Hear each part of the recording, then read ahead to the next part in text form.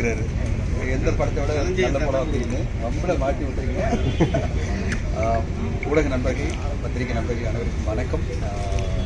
உண்மையிலே ரொம்ப சந்தோஷமாக இருக்குது. இந்த டீம் ஒரு young team, particularly Vijay Gowri உழைப்பு. இந்த படம் ஃபுல்லாகவே வந்து முருகராஜன் இவர் தான் எல்லா இடத்துக்கும் போயிட்டு ப்ரொமோஷன்லையும் சரி அவ்வளோ மெனக்கெட்டு தான் ஹீரோவாக ஜெயிக்கணும், மக்கள் முன்னாடி போய் ரீச் ஆகணும், இந்த படம் வந்து வெற்றி அடைகிறதுக்காக விஜய் கௌரிஷோட உழைப்பு மாபெரும் உழைப்பு.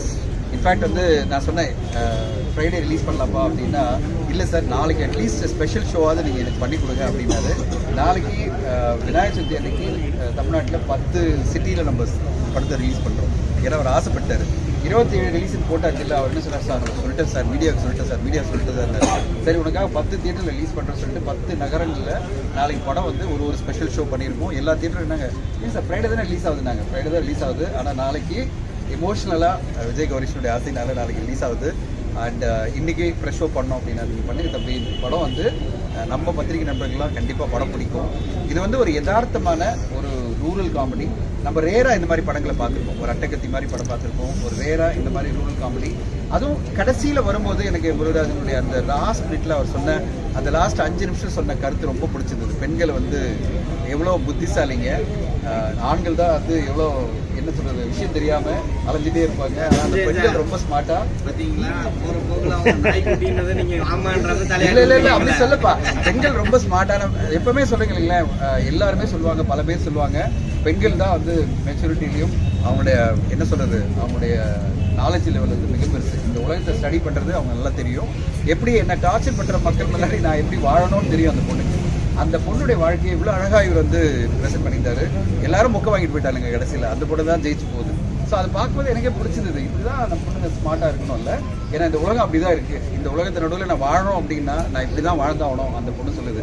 ஏன்னா என்னை படிக்க விட மாட்டேங்கிறீங்களா, நான் இப்போ என்ன பண்ணுறது அப்படிக்கா நான் இதெல்லாம் பண்ணேன்னு சொல்லி அந்த பொண்ணு ரொம்ப அழகாக பண்ணும்போது எனக்கு பிடிச்சிருந்தது. அந்த கான்செப்டுக்காக தான் விஜய் கிட்ட சொன்னேன், சரி விஜய் நம்ம பண்ணிடலாம், ரிலீஸ் பண்ணிடலாம், கவலைப்படாத, ப்ரொமோஷன்லாம் இறங்கி நீங்கள் பண்ணுங்கள், நான் மேக்ஸிமம் என்னால் முடிஞ்சு நான் பண்ணுறேன் அப்படின்னு சொல்லியிருந்தேன். இப்போ இந்த படம் எனக்கு என் டீமுக்கும் அந்த ஒரு எமோஷனலாக கனெக்டான ஒரு டீம், உங்களுக்கும் கனெக்டாக இருக்குது, உங்களுக்கு பிடிச்சிருக்குன்னு கேள்விப்படும் போதே ரொம்ப சந்தோஷமாக இருக்குது. வந்தவுடனே எல்லாரும் சொன்னாங்க, ரொம்ப பத்திரிகை நண்பர்கள்லாம் பாராட்டினாங்க அப்படின்னு. எனக்கு ரொம்ப பெருமையாக இருக்குது. எல்லாருமே இந்த சின்ன படங்களுக்கெல்லாம் ஊடகங்கள் தான் மிகப்பெரிய பேக் போன். நீங்கள் எவ்வளோ சப்போர்ட் பண்ணுறீங்களோ, நீங்கள் எவ்வளோ எழுதுறீங்களோ, நீங்கள் எவ்வளோ இந்த படத்தை பற்றி உயர்வாக பேசுகிறீங்களோ அதுதான் மக்களை கொண்டு வரும். அது பிறகு இந்த படம் ஓடிடியிலும் சேட்டலைட்லையும் வரணும்னா நீங்கள் எழுதுறதை வச்சு தான் அவங்க டிசைடே பண்ணுறாங்க. இப்போ நான் சொல்கிறேன், நான் எந்த ஓடிடி போனாலும் ஊடகங்கள் என்ன சொல்லுது, ஊடகங்கள் பத்திரிகைகள் பாராட்டுறாங்களா இல்லையா, யூடியூப்ல ரிவ்யூஸ் எப்படி வருது, இது பாராட்டு இருக்கா இல்லையா, அதை தான் பார்க்குறாங்களே தவிர ஆடியன்ஸுங்கிறது அவங்க ஃபஸ்ட்டு ரிவ்யூஸ் தான்.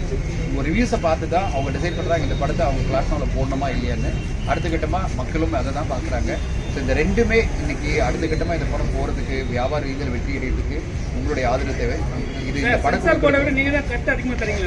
நான் நிறைய இருப்பா. என்னன்னா ஒரே பிரச்சனை என்னன்னா, ஒரு திரைப்படத்தை வந்து எனக்கு என் மகள்கள் பார்க்கணும் ஃபஸ்ட்டு. ஓகே, என் மகள்கள் பார்த்து கம்ப்ளைண்ட் பண்ணக்கூடாது. என் மகள்கள் பார்த்துட்டு அப்பா இந்த படத்தை எப்படி பேரை போட்டேன் அப்படின்னா எனக்கே பிரச்சனை. அதனால நான் என்ன சொல்லுவேன், முடிஞ்ச வரையும் எந்த வல்காரிட்டி இல்லாமல், எந்த ஒரு அதாவது அனாவசியமான சீன்ஸ் எதுவுமே டிஸ்டர்ப் பண்ணாமல், எந்த படமும் அசோசியேட் ஆகலாம் நான் ஃபஸ்ட்டு இதுதான் கேட்பேன். ஐயோ இது ஏதாவது முகம் சொல்லிக்கிற மாதிரி ஒரு விஷயம் இருக்கக்கூடாது. என் மகள்களுக்கு பதில் சொல்லுவேன். மனைவி மகள் எடுத்திருக்கீங்க. இந்த படம் பிரமாதமாகவே இருக்குது. எது ரத்தம் கொலையெல்லாம் எடுத்திருக்கோம். அதுக்காக தான் கொஞ்சம் அப்படியே வேற மாதிரி வந்து நாளை நிமிதை பார்த்தீங்க. அந்த படம்லாம் உங்களுக்கு பிடிச்சது இல்லை. அதே மாதிரி தான் நம்ம தான் அதில் இன்வால்வ் ஆனோம். அதே மாதிரி இன்னைக்கு சிறு பட்ஜெட் படங்களில் நிறைய பார்ட்டிசிபேட் பண்ணுறோம். அடுத்ததான் நாளைக்கு ரிலீஸ் பண்ண போகிறோம், நாங்கள் அனௌன்ஸ் பண்ணுறோம். பிளாக்மெயில் படத்தை ரிலீஸ் பண்ணுறோம். அதுவும் ஒரு நல்ல படமாக வந்திருக்கு. ஸோ 5ஆம் தேதி ரிலீஸ் பண்ணோம். அதுக்கான உழைப்பு போயிட்டு இருக்கு. இந்த மாதிரி படங்கள் நிறைய தேக்கத்தில் இருக்கு. தேர்ந்தெடுத்து பரவாயில்ல, சூப்பராக இருக்கு, உங்களுக்கு ரீ ரிலீஸிங் ஏற்கனவே ஓடின படத்தையும் போட்டு தேட்டர் அடைச்சா புதுசாக இந்த மாதிரி எப்படி ஜெயிப்பாங்க? இதை பற்றி நீங்கள் பேசல. ரீ ரிலீஸ் பற்றி நான் நிறைய தடவை சொல்லியிருக்கேன். ஒன்ஸ் இன் அ வைல், அதாவது எப்பாவது ஒரு தடவை வந்தால் ஓகே. தொடர்ந்து ரிலீஸை வந்திருந்தால் சிறு பட்ஜெட் படங்களில் எல்லா படங்களுக்கும் பாதிப்பு தான். ஒன்ஸ் இன் அ வைல்னா ஒரு மாதத்துக்கோ இல்லை 2 மாதத்துக்கோ ஒரு படம் ஏதோ ஒன்று வந்ததுன்னா ஓகே. வாரம் நீங்கள் ரிலீஸோ இல்லை ஒரு மாதத்துக்கு 4 படம்லாம் போட்டிங்கன்னா கண்டிப்பாக வந்து இருக்கிற படங்களுக்கெல்லாம் பாதிப்பு தான்.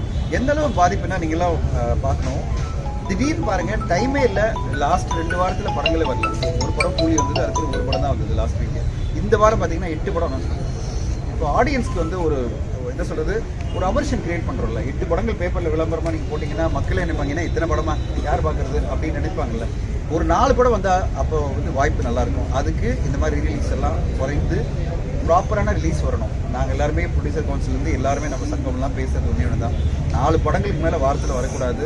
அப்போ தான் ஊடகங்களும் சப்போர்ட் பண்ண முடியும், மக்களும் சப்போர்ட் பண்ண முடியும். இந்த நேரத்தில் இந்த படத்தை வந்து கடுக்கா அப்படின்றது வந்து உங்களுக்கு கடுக்கா கொடுக்கல. 2 வருஷமா இதே மாதிரி தான் பேசிருக்கீங்க. 2 வருஷமா இதே தான் எல்லா சங்கமும் ஒருங்கிற மாட்டேங்குது. எல்லாருமே தான் எல்லா இடத்துல டிவிஷன் இருக்கிற மாதிரி தான் இதுவும் டிவிஷன். எல்லாருக்கும் மனசுல நீங்க நினைச்சா 10 தியேட்டர்னு சொன்னீங்க, நீங்க நினைச்சா 100 தியேட்டரே பண்ணலாம் பார்த்துக்கிட்டு.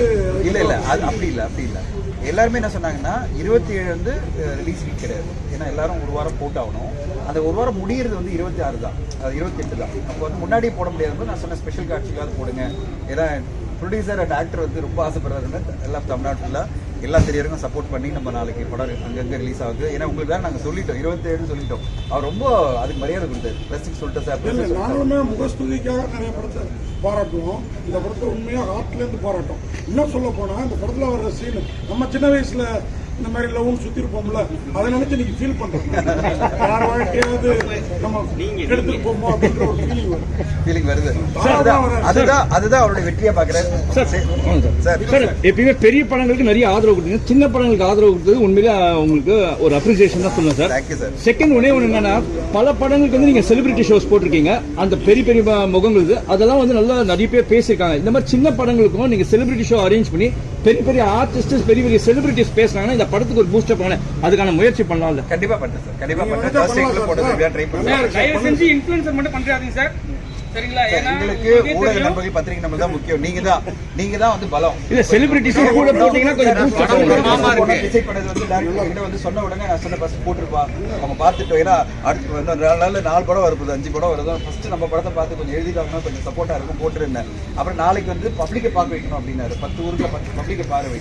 அதுபடி ஃபர்ஸ்ட் எனக்கு நம்ம செலிபிரிட்டி ஷோ எல்லாம் போட்டுக்கலாம். ஸ்லாங் ரொம்ப நல்லா இருந்துச்சு. எந்த மாவட்டம் எங்கெல்லாம் எடுத்தீங்க, அப்புறம் அந்த ஹீரோயின் அந்த இன்னொரு ஹீரோலாம் யாரு அது சார்? ஒரே ஒண்ணுதான், விஜய் கௌரிஷனுடைய இந்த பேஷனுக்காக ஒரு எல்லாரும் சப்போர்ட் பண்ணுங்க.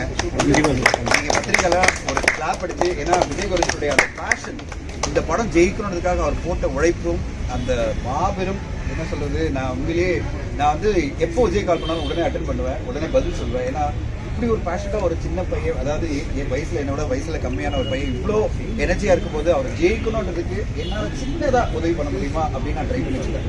அதுதான் வந்து காரணம். எல்லாமே விஜயனுடைய எனக்கு விஜய் கௌரிஷ் வந்து என்கிட்ட வந்து சொன்ன ஒரே வார்த்தை தெரியுமா சார், பணம் போட்டு காமிச்சோம் பிடிச்சிருக்கீங்களா, நீங்களே எல்லாம் பண்ணி கொடுங்க சார். எதுவுமே நான் பேசல சார், கண்டிஷன்லாம் வைக்கல சார். நீங்க சொல்றதா சார் கண்டிஷன் என்னடா, நான் ஒரு கண்டிஷன் தம்பி நான் ரிலீஸ் பண்ணி தரேன். நீ எப்போ வந்து இப்படி வந்து சரண்டர் ஆகும்போது வாயை தரக்கூடாது. ஒரு மனிதர் வந்து இருக்கிறதுனால வந்து உங்களுக்கு அட்டாச் ஆயிடுச்சு ரொம்ப. உண்மையிலே என் பெண்கள் வந்து உண்மையிலே சொல்றேன், என் பெண்கள் பின்னாடி யாருமே வரல. ஏன்னா அந்த என் பெண்ணு அலோவ் பண்ணவே இல்லை. ஆனால் நான் அதை பார்த்துருக்கேன், நிறைய பேர் ஊரில் பார்த்துருக்கேன், எவ்வளோ கஷ்டப்படுறாங்க பார்த்துருக்கேன், பத்திரிகையில் படிச்சிருக்கேன். அதெல்லாம் பார்க்கும்போது எனக்கு மனசு கஷ்டமாக இருக்கும். பெண்களை படிக்கூடாமல் செய்கிறாங்களே, இந்த மாதிரி பசங்க வந்து லவ்னு எடுத்துட்டு பண்ணுறாங்களேன்னு நான் வந்து நிறைய கோபத்தில் ஊடகங்களில் பேசியிருக்கேன். அதாவது பெண்களை வந்து இந்த மாதிரி ஃபாலோ பண்ணி ஸ்டாக்கிங்கிறது எனக்கு பிடிக்காது. என் படங்களில் ஸ்டாக்கிங்னால எனக்கு போகும். பெண்களை வந்து ஃபாலோ பண்ணி லவ் பண்ணுறது, இந்த மாதிரி பெண்களை வந்து எப்படியாவது நம்ம காதலில் வீழ்த்தணும், இப்படி பண்ணது எனக்கு பிடிக்காது. அந்த மாதிரி கான்செப்ட் நான் கொண்டு வந்திருக்க மாட்டேன். டைரக்டர் வந்து இதுல வந்து நேர்த்தியா கையாண்டிருக்காரு. என்னன்னா லவ்னு எடுத்தாவே ஜாதி உள்ள எடுத்து வந்துருவாங்க. ஆனா கடைசியில் ஒரு ஜாதியே காட்டு. இல்ல அதெல்லாம் எதுவுமே கோமாளித்தனமான பசங்க தான் காமிச்சேன் சார். கடைசி வரையும் கான்செப்ட் தான் இருக்கு படத்துல. ரெண்டாவது சார் ரியல் கிராமத்தை காமிச்சு பாரதியை விட ஜிகனா பண்ணிருப்பாரு. ஒரு ரியல் கிராமத்தை பாத்ரூம்ல இருக்கிறது, கல் எடுத்து பண்றதெல்லாம் அதெல்லாம் ரொம்ப அந்த யூரின்லாம் நல்லா இருக்கு எல்லாமே. பட் அதுல என்ன எனக்கு தெரிஞ்சது படம் பிரமாமா இருக்கு. தலைப்பு வந்து நாட்டுப்பந்து கடையில விற்கிற மாதிரி இருக்கு.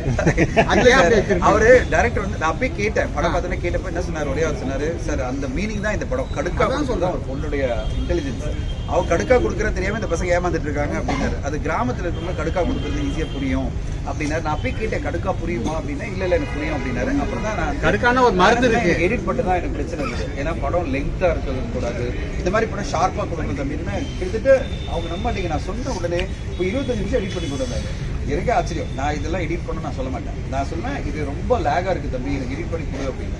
ஏன்னா நம்ம ஒரு அதாவது பாப்புலர் இல்லாத ஒரு ஆர்டிஸ்ட் படத்தை வந்து ரொம்ப லாங்கா பார்த்தா போர் அடிச்சு. நான் சொன்னேன் கொஞ்சம் ஷார்ப்பா கொடு அப்படின்னா ஒரு பண்ணி வந்து கொடுத்தாங்க டைரக்டருக்கும். தேவா சாங் கூட லைட்டா தான் இருக்கு, அது கொஞ்சம் சவுண்ட் சார் சொன்னார் சின்ன ஹெல்ப் பண்ணாரு. மல்டிபிள் தியேட்டர்ஸ்ல வந்து காமனாவே பாத்தீங்கன்னா ஸ்மால் ஸ்கேல் மூவி வந்து இப்போ வரைக்கும் அவங்க எடுக்கவும் மாட்டிருக்காங்க, வாங்கவும் மாட்டிருக்காங்க. என்ன ரீசன்?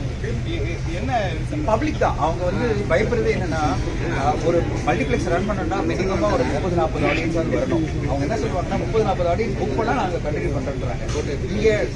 நீங்க கொண்டு போய் சேர்த்தீங்கன்னா மக்கள் வந்து திரும்பி வந்து பார்ப்பாங்க. இது எல்லாமே ஒரு செயின் ரியாக்ஷன் மாதிரி தான் போயிட்டு இருக்கு. நான் அப்புறம் சொல்லிட்டேன், நீங்க நல்லபடியா பாராட்டு கொடுக்கும் போது அது அப்படியே ரீச் ஆகி கூட பார்க்கலாமா அப்படின்னு புக் பண்ணாங்கன்னா தியேட்டர்காரங்க இன்க்ரீஸ் பண்றாங்க ஷோ மல்டிப்ளெக்ஸ்.